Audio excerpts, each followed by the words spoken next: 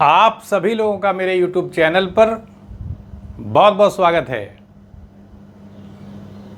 अस्तित्ववाद के बारे में आपके सामने थोड़ा विचार रखा जाएगा, क्योंकि अस्तित्ववादी जो दर्शन है वो बहुत ही इम्पोर्टेंट है, आधुनिक युग से जुड़ा हुआ दर्शन है। तो कोई भी दर्शन होता है तो हमें कहीं ना कहीं दिशा दिखाने का काम करता है, हमें अपने जीवन में झांकने का अवसर देता है। क्योंकि कोई भी दार्शनिक परंपरा होती है, क्योंकि आधुनिक दर्शन है तो इसलिए हमारे जीवन से ज़्यादा संबंधित है ये। अब जैसे हमारा समाज में जीवन चलता है तो हमको ये देखना चाहिए कि हमारे दृष्टिकोण का निर्माण कैसे होता है। क्या हम स्वतंत्र होकर के अपने दृष्टिकोण पर चलते हैं, या बाहर से जो सूचनाएं आ रही हैं उनके आधार पर चलने लगते हैं। हमें अपनी मानसिकता कैसे बनानी चाहिए, हमारी अपनी वास्तविकता क्या है। क्योंकि हमारा जो दृष्टिकोण होगा, जिस प्रकार की सूचना हमको प्राप्त होगी, हमारा जैसा आचरण होगा वैसा ही समाज पर असर पड़ेगा। हमारे निर्णय जो हैं वो हमारी सोच पर डिपेंड करते हैं। जैसी हमारी मानसिकता होगी वैसा ही हम व्यवहार करेंगे और हमारे व्यवहार का समाज पर असर पड़ेगा। इसलिए अस्तित्ववाद को समझना बहुत ही इम्पोर्टेंट है। कुछ मूलभूत बातें हैं, पहले अगर इसको हम समझ लेते हैं तो एक फाउंडेशन के तौर पर हम ये जान लेंगे कि अस्तित्ववाद में कौन सी चीज़ें ऐसी हैं। जैसे ट्रेन एक पटरी पर चलती है तो हम पटरी को समझ लेंगे, यानी फंडामेंटल चीज़ों को जान लेंगे। पहली चीज़ ये है कि अस्तित्ववाद में इसके जो संस्थापक हैं वो बहुत कई प्रकार के दार्शनिक हैं, जिसमें डेनमार्क में पैदा हुए 1813 ईस्वी में पैदा हुए कियरकेगार्ड भी हैं। उसके बाद सार्त्र आ जाते हैं और बहुत सारे भी दार्शनिक हैं। लेकिन मुख्य रूप से हम देखें अगर तो अस्तित्ववादी दर्शन में जो कियरकेगार्ड हैं वो ईश्वरवादी दार्शनिक हैं, जबकि सार्त्र जो है वो नास्तिक दार्शनिक हैं। हालांकि दोनों अस्तित्ववादी हैं। तो पहले हम कियरकेगार्ड की विचारधारा को देख लेते हैं। वो क्या बताते हैं? वो बताते हैं कि जो मनुष्य का जो जीवन होता है, यानी जो अस्तित्व की बात आती है, तो प्लेटो से मतभेद करते हैं। वो बताते हैं कि पहले अस्तित्व की सत्ता होती है, उसके बाद सार की सत्ता होती है। क्योंकि प्लेटो ने अपने दर्शन में ये बताया था कि पहले एसेंस की सत्ता होती है, पहले सार की सत्ता होती है। विज्ञानवाद के अंतर्गत प्लेटो ने बताया था कि एक विज्ञान जगत होता है और ये जो संसार है ये इंद्रिय जगत है। तो इंद्रिय जगत में अलग अलग प्रकार की वस्तुएं हैं, अलग अलग प्रकार के प्राणी हैं। जैसे गाय है तो हम एक प्राणी के तौर पे ले सकते हैं, हाथी है वो भी एक प्राणी है। तो विभिन्न प्रकार के प्राणी इस संसार में हैं। तो जो भी प्राणी हैं, जो भी वस्तुएं हैं, उनका एक नमूना जो है, ढांचा कह सकते हैं, वो विज्ञान जगत में रखा हुआ है। वही विज्ञान जगत को हम कह सकते हैं वो सार रूप में है, एसेंस के तौर पर है। और ढांचे के तौर पर जो एक गाय का नमूना रखा है, हाथी का नमूना रखा है, उसी आधार पर ईश्वर ने उन नमूनों के आधार पर अलग अलग प्रकार की गायें और अलग प्रकार के हाथी और संसार में जो प्राणी हैं उनका निर्माण कर दिया। यानी कोई भी चीज़ ऐसी नहीं है संसार के अंदर जिसका एक ढांचा, एक सांचा ऊपर न रखा हो विज्ञान जगत में। तो इसीलिए वो कहते हैं कि जो एसेंस होता है, यानी प्लेटो के हिसाब से जो सार होता है वो अस्तित्व से पहले होता है। पहले ही ईश्वर ने वो ढांचा बना दिया है, उसके आधार पर सारी चीज़ें बनती हैं। अलग अलग प्रकार के ढांचे हैं। हम किसी भी चीज़ की कल्पना करें, चाहे मोबाइल का एक ढांचा है तो उसका भी एक ढांचा रखा हुआ, कंप्यूटर है उसका भी एक ढांचा रखा हुआ है। अलग अलग प्रकार की जो हम कह सकते हैं, जैसे रेलगाड़ी है तो रेलगाड़ी का एक ढांचा रखा हुआ है, उसके आधार पर अलग अलग प्रकार की रेलगाड़ी का रूप, आकार, हम कह सकते हैं डिज़ाइन बदल सकता है, लेकिन एक ढांचा तो वही रहता है ना। डिज़ाइन में तो परिवर्तन हो जाएगा। इसी तरीके से गेहूं का एक ढांचा रखा हुआ, अलग अलग प्रकार के गेहूं हैं, प्रजातियां हैं। तो कहने का अर्थ है कि एक नमूना, एक ढांचा विज्ञान जगत में रखा हुआ, उसी के आधार पर विविधता के तौर पर संसार में ईश्वर के द्वारा चीज़ों का निर्माण कर दिया जाता है। ये प्लेटो की विचारधारा है। तो ऐसे में प्लेटो बताते हैं कि जो अस्तित्व होता है, यानी जो सार होता है, एसेंस होता है, वो अस्तित्व से पहले होता है। ऐसे में जो सार की सत्ता होती है वो नित्य होती है, और सार जो होता है वो सामान्य होता है, यानी संसार के पदार्थ विशेष होते हैं। जबकि जो सार होता है, यानी संसार के पदार्थ, यानी अस्तित्व की बात करें, यानी प्लेटो कहते हैं पहले सार बनता है तब अस्तित्व स्थापित होता है। जबकि अस्तित्ववादी दार्शनिक कहते हैं कि पहले अस्तित्व होता है उसके बाद सार होता है। क्योंकि अगर अस्तित्व नहीं होगा तो सार का निर्माण कैसे होगा। तो पहले जो है वो अस्तित्व की सत्ता होती है, उसके बाद ही के एसेंस की बात हम सोच सकते हैं। तो ये हमने देख लिया कि प्लेटो बताते हैं कि जो अस्तित्व यानी जो सार होता है वो नित्य होता है, वो सामान्य होता है, वो टाइम और स्पेस से परे होता है। क्योंकि विज्ञान जगत में जो है हम समय और स्पेस की बात नहीं सोच सकते हैं। तो इस तरह से प्लेटो ने अपना एक सार का एक सिद्धांत दिया था कि संसार में जितनी भी वस्तुएं, जितने भी प्राणी हैं, उनका एक सांचा, एक ढांचा विज्ञान जगत में रखा हुआ, उसी आधार पर ईश्वर के द्वारा सारी वस्तुओं और प्राणियों का निर्माण कर दिया जाता है। जबकि अस्तित्ववादी विचारक कियरकेगार्ड जो है वो इस प्लेटो की बात को नहीं मानते। वो बताते हैं पहले अस्तित्व होता है और अस्तित्व के बाद ही मनुष्य अपने सार का निर्माण करता है। यानी समाज के अंदर संसार में रहते हुए वो अपने कर्मों के आधार पर अपने अस्तित्व को चरितार्थ करता है। यानी मनुष्य पूरी तरह से स्वतंत्र होता है। अभी आप आगे देखेंगे तो सार्त्र ने कियरकेगार्ड की विचारधारा को फिर आगे जाके विस्तृत किया और उन्होंने बताया कि मनुष्य पूरी तरह से स्वतंत्र होता है। वो स्वतंत्र होने के लिए अभिशप्त होता है, मजबूर होता है, उसको स्वतंत्र होना ही पड़ेगा। और अगर वो अपनी स्वतंत्रता से भागेगा तो बैड फेथ में आ जाएगा, प्रवंचनात्मक विश्वास में आ जाएगा। यानी अपनी जिम्मेदारी को उठाने से बचने के लिए तरह तरह के बहाने बनाएगा कि ऐसा हो जाता तो मैं, ऐसा होता तो मैं वैसा कर लेता। कहने का अर्थ है कि चीज़ों को, घटनाओं पर, तथ्यों पर, विचारों पर थोप करके खुद से बचने की बात आएगी। इसी को बैड फेथ कहते हैं। कहने का अर्थ है कि मनुष्य की स्वतंत्रता इतनी पूर्ण होती है कि इंसान लोग बहाना बनाने लगते हैं और उस उत्तरदायित्व से भागने की कोशिश करते हैं। इसी को बैड फेथ कहा है सार्त्र ने। तो ये हमने देख लिया कि कियरकेगार्ड की जो विचारधारा है वो प्लेटो से अलग है। वो ये मानते हैं कि जो मनुष्य का व्यक्तित्व होता है उसको आंका नहीं जा सकता किसी भी तरह से। हम मनुष्य के भावनाओं को, उसकी अपेक्षाओं को, उसकी आकांक्षाओं को तर्क के आधार पर जांच परख नहीं सकते। इसलिए मनुष्य का जो जीवन होता है वो तर्क से परे होता है। ये बात कियरकेगार्ड अपनी दर्शन में, अस्तित्ववाद में बताते हैं। वो बताते हैं कि मनुष्य का सब्जेक्ट के तौर पर अध्ययन नहीं किया जा सकता, यानी मनुष्य को विषय नहीं बनाया जा सकता। वो विषयी होता है, वो खुद सब्जेक्ट होता है। ऐसे में ऑब्जेक्ट के तौर पर उसका अध्ययन नहीं किया जा सकता, यानी विषय बना करके, जैसे मनोविज्ञान में मनुष्य के मस्तिष्क का विषय के आधार पर अध्ययन किया जाता है। तो बताते हैं कियरकेगार्ड कि मनुष्य का अध्ययन विषय के रूप में नहीं किया जा सकता। मनुष्य का व्यक्तित्व किसी भी प्रकार की पकड़ से बाहर होता है, उसमें निरंतर परिवर्तन होता रहता है। यानी मनुष्य का जो व्यक्तित्व है उसमें बदलाव की लहरें चलती रहती हैं। हम कल कुछ होते हैं, आज कुछ हो जाते हैं। तो इसलिए किस आधार पर हम मनुष्य का अध्ययन करेंगे, जो परिणाम निकालेंगे वो पीछे छूट जाएगा और आगे हम बदल चुके हैं। इसलिए मनोविज्ञान के आधार पर जो मनुष्य को विषय बना करके अध्ययन किया जाता है उसको स्वीकार नहीं करते हैं। वो बताते हैं कि मनुष्य जो है उसका वो विषयी होता है, उसको विषय बना करके अध्ययन नहीं किया जा सकता। मनुष्य जो है वो 3 प्रकार से अपने अस्तित्व को देख सकता है। वो बताते हैं कि वो अपने जीवन का उदाहरण देते हैं कि मेरा एक जीवन ऐसा था जो सहज प्रवृत्तियों पर चल रहा था, यानी मैं इंद्रियों की इच्छाओं के आधार पर चल रहा था। ऐसे में विषयगत होने के कारण संसार में भोग, लालसा, लिप्सा में मैं पूरी तरीके से लीन रहता था। जो मेरी इंद्रियां डिमांड करती थी मैं उसे पूरा कर देता था।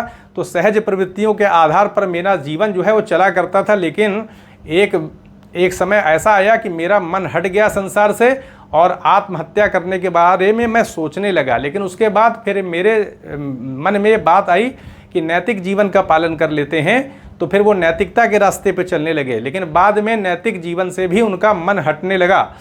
हटने इसलिए लगा कि जो नैतिकता होती है वो सर्वव्यापक होती है, सार्वभौमिक होती है। तो कहीं ना कहीं मनुष्य की जो संकल्प स्वतंत्रता होती है, यानी जो संकल्प की स्वतंत्रता होती है, उस पर प्रभाव पड़ने लगता है। तो फिर उन्होंने नैतिकता के आधार पर चलना भी छोड़ दिया। फिर बाद में तीसरा चरण आया, वो पूरी तरह से धार्मिक हो गए और उन्होंने बताया कि धर्म के आधार पर ईश्वर की जो है आराधना करना चाहिए और ईसा मसीह के अंदर हम इस ईश्वर को देख सकते हैं। हम अगर निष्ठा करें, क्योंकि तर्क के आधार पर कोई चीज़ चलती नहीं है, धर्म को हम तर्क के आधार पर नहीं आंक सकते हैं। हमें ईसा मसीह के प्रति निष्ठा रखनी चाहिए। जो ईश्वर होता है वो उनके व्यक्तित्व में व्याप्त हो जाता है, आ जाता है। ऐसे में हमें आस्था के आधार पर ईसा मसीह को ही आधार बना करके उस ईश्वर की आराधना करनी चाहिए।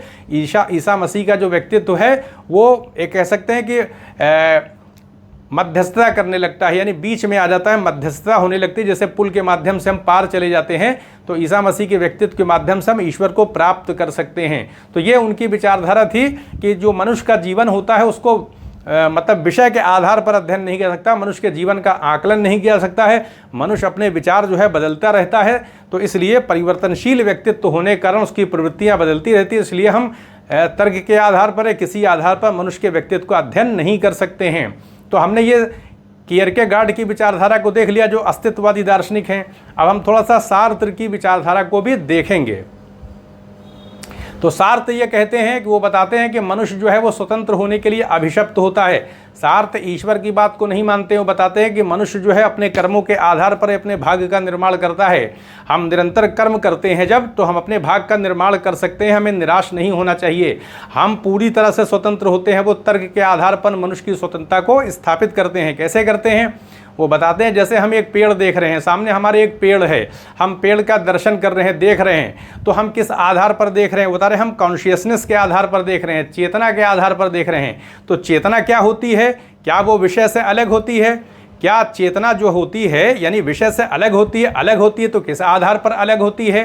तो बताते हैं सार्त्र कि चेतना और विषय के बीच में अंतर होता है, उसको वो नथिंग कहते हैं, असत कहते हैं। किस आधार पर? वो बताते हैं कि ऐसा हो सकता है कि चेतना ना हो लेकिन विषय हो, यानी ये ऐसा हो सकता है कि विषय हो लेकिन चेतना ना हो। चेतना को नहीं देख सकती है। जैसे हम अपनी आंखों से एक पेड़ देख रहे हैं तो हम चेतना को नहीं देख सकते विषय बना करके। तो वो बताते हैं कि चेतना की जब भी कोई बात की जाएगी, कॉन्शियसनेस की जब भी कोई बात आएगी, तो उसके साथ कोई ना कोई विषय ज़रूर आवश्यक रूप से जुड़ा होगा।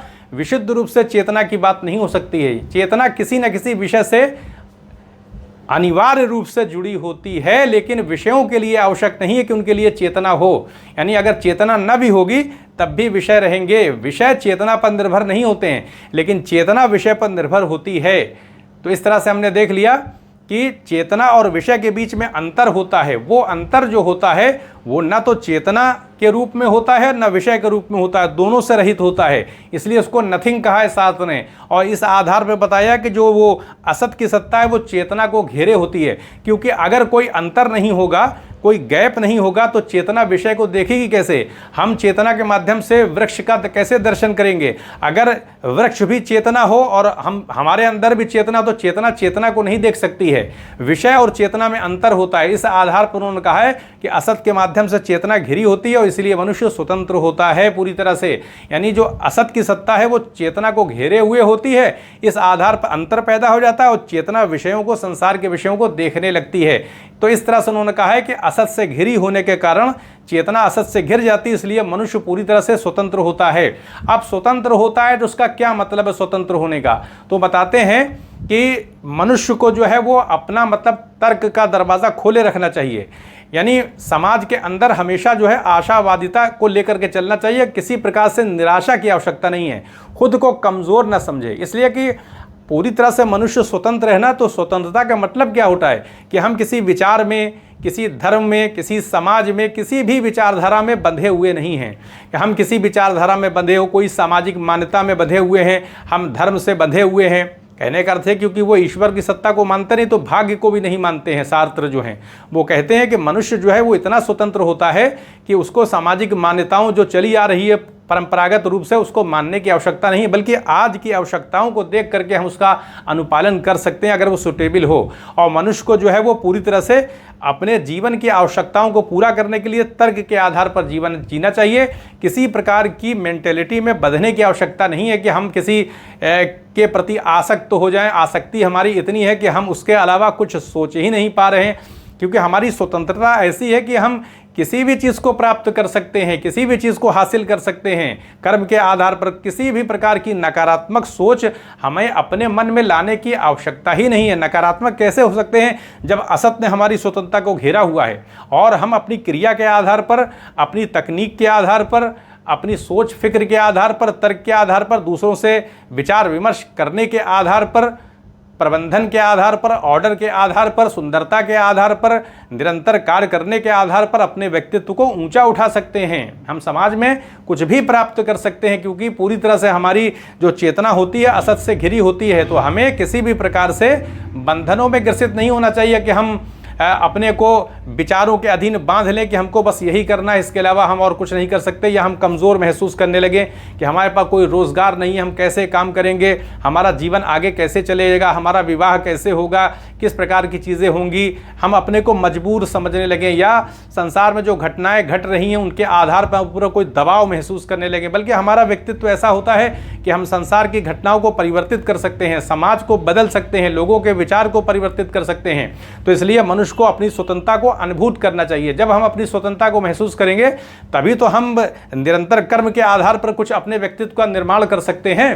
तो इसलिए शास्त्र बताते हैं कि सामाजिक मान्यताओं में ऐसी किसी प्रकार की रूढ़ी में बंधने की आवश्यकता नहीं वो, क्योंकि धर्म कोई नहीं मानते तो धार्मिक विश्वास पर भी जाने की आवश्यकता नहीं वो स्वीकार करते हैं। बल्कि वो कहते हैं कि मनुष्य जो है अपने भाग का निर्माण अपने कर्मों के आधार पर करता है, हमारा जो निर्णय होगा वैसे ही हमारा व्यक्तित्व होगा। अगर हम अच्छाई के रास्ते पर चलना चाहते हैं, हम अपने जीवन में कुछ बनना चाहते हैं, किसी भी क्षेत्र में जाना चाहते हैं, तो हमको कोई रोक नहीं सकता है।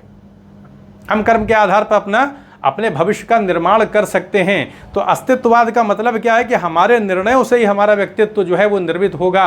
हम जैसा निर्णय करेंगे उसी आधार पर हम समाज के अंदर प्रगति कर सकते हैं। तो इसलिए निराशा में आने की आवश्यकता ही नहीं है, किसी प्रकार से निराश होने की आवश्यकता नहीं है। ऐसा हो सकता है कि हम किसी क्षेत्र विशेष में कमज़ोर महसूस कर रहे हों, लेकिन उस दुर्बलता को हम दूर कर सकते हैं। जो वीकनेस है हमारी उसको डिक्रीज़ किया जा सकता है, उसको एलिमिनेट किया जा सकता है। कैसे किया जा सकता है?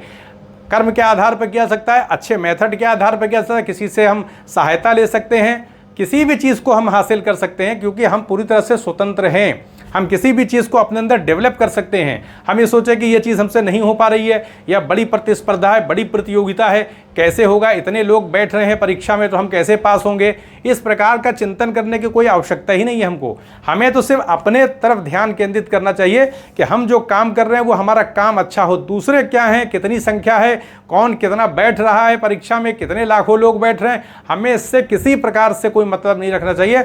हमें तो बस अपने कर्म को अच्छा करना चाहिए, ताकि जो चीज़ परीक्षा में आए जब हम उसको अधिकतम रूप में अच्छा कर देंगे, सॉल्व करते चले जाएंगे, तो हमारी सफलता बढ़ जाएगी। तो हमें अपने कर्म पर ही फोकस करना चाहिए, कर्म से हट करके कोई किसी प्रकार का चिंतन न करें। क्योंकि अगर हम कल्पना करेंगे तो हम कहीं ना कहीं अपनी स्वतंत्रता को सीमित करने का काम कर रहे हैं, क्योंकि हमारे पास उस कल्पना के लिए कोई आधार नहीं है, कोई बेस नहीं है। हमने बेवजह की कल्पना करके अपनी स्वतंत्रता की तरफ कह सकते हैं कि उसकी शक्ति को कहीं ना सीमित करने का प्रयास किया। इसलिए ऐसी कल्पना करने से बचना चाहिए जो कि वास्तविक ना हो, तथ्यगत ना हो, किसी तथ्य पर आधारित ना हो। तो इसलिए जो है वो बताते हैं कि जब हम खुद को समर्थ समझेंगे, कमज़ोर नहीं समझेंगे, तभी तो अपनी स्वतंत्रता का उपयोग करेंगे। और सच्चाई का रास्ता तो हमको थामना पड़ेगा, क्योंकि अगर हम सत्य के रास्ते पर नहीं हैं तो हमारी स्वतंत्रता तो फिर पतित हो जाएगी, वो भ्रष्ट हो जाएगी। क्योंकि फिर स्वतंत्रता का मतलब ही क्या हुआ जब हमने रास्ता ही भटक गए। इसलिए सच्चाई का रास्ता तो होगा, ईमानदारी का रास्ता तो होगा, ऐसा कर्म होगा जिससे हमारे व्यक्तित्व का भी निर्माण हो और समाज का भी निर्माण हो। इसलिए अस्तित्ववाद में सार्थ ये बताते हैं कि भाग्य में पढ़ने की आवश्यकता नहीं कि हम जो विचार करते हैं कि हमारे भाग्य में ऐसा लिखा हुआ था। वो कहते हैं धर्म को तो वो मानते नहीं, ईश्वर की सत्ता को नहीं मानते हैं, बल्कि वो कहते हैं कि मनुष्य जो है वो इस जीवन के अंदर कुछ भी प्राप्त कर सकता है। वो इतना स्वतंत्र होता है क्योंकि उसकी स्वतंत्रता असत से घिरी हुई होती है। इसलिए तर्क के आधार पर, कर्म के आधार पर, बुद्धि के आधार पर, सही प्रबंधन के आधार पर हम काम करते हुए किसी भी लक्ष्य को प्राप्त कर सकते हैं। हमको किसी भी तरह से कमज़ोर होने की आवश्यकता नहीं है। हमारे लिए इस पूरी पृथ्वी में बहुत कुछ क्षेत्र खुला हुआ है, हम कार्य करके अपने व्यक्तित्व को ऊंचा कर सकते हैं। अब हम अगर आसक्ति में लीन हो जाएं या सोचें कि हमको इसी क्षेत्र में बस अपने व्यक्तित्व को प्रतिष्ठित करना है, लोग हमको जाने, हमको यही बनना है, तो वही भावना दूसरे क्षेत्र में भी प्राप्त हो सकती है। क्योंकि हम जब ऊंचे पहुंच जाएंगे, हमारे पास धन आ जाएगा, हमारे पास संपदा आ जाएगी, तो हम सारा वातावरण वैसे ही निर्मित कर लेंगे। बड़े बड़े ऐसे पैसे वाले हैं, धनी हैं, जिनके पीछे आगे पीछे बड़े बड़े लोग चलते हैं, जिसकी कोई मतलब हम कल्पना भी नहीं कर सकते हैं। धन के अंदर बहुत शक्ति होती है। धन को प्राप्त करने के लिए तो लोग पीछे मतलब हर प्रकार का अनैतिक कर्म भी कर रहे हैं, क्योंकि शक्ति होती है धन में।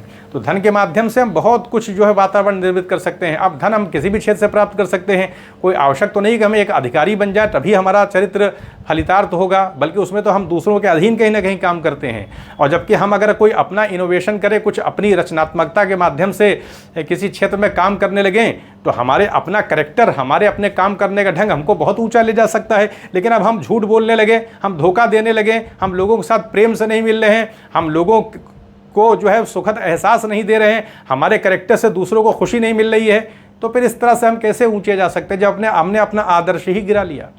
जब हम खुद ही सही नहीं तो हम कैसे आगे बढ़ेंगे? भाई आगे बढ़ने के लिए तो कहीं ना कहीं एक आकर्षण पैदा करना पड़ता है ना, अपने व्यक्तित्व का निर्माण करना पड़ता है ताकि लोग प्रभावित हों कि भाई वो तो बहुत अच्छे इंसान हैं। कहने का अर्थ ये होता है कि आदर्शवाद पे चल करके कठोर परिश्रम के माध्यम से, ईमानदारी के माध्यम से हम जो चाहते हैं उससे ऊंचा प्राप्त कर सकते हैं। जिस चीज़ में चाहते हैं कि हमें समाज में यहाँ सम्मान प्राप्त होगा, तो दूसरे क्षेत्र में बस अपनी रुचि के आधार पर चले और अपना खोल करके रखें। अगर हमको किसी क्षेत्र में सफलता नहीं मिली लेकिन हमारी रुचि थी तो हम दूसरे तरफ मुख कर सकते हैं अपना, और उस क्षेत्र में भी ऊंचाई प्राप्त करके वही चीज़ प्राप्त कर सकते हैं, बल्कि उससे ज़्यादा प्राप्त कर सकते हैं। इसलिए हमें अपनी स्वतंत्रता के बारे में सचेत होना चाहिए और किसी का अहित ना करें, किसी का दिल ना तोड़ें। किसी का दिल तोड़ना अच्छी बात नहीं होती। जब हम किसी का दिल तोड़ते हैं, सामने वाले को दुख होता है, तकलीफ होती है, तो अपना व्यक्तित्व ऐसा बनाना चाहिए कि सामने वाले को सुखद अच्छा एहसास हो, आभास हो, हमसे मिलने के लोग तमन्ना करें, सोचें कि हम उनके पास चलें, बैठें। इस प्रकार का हमारा व्यक्तित्व होना चाहिए। एक फूल भी जो है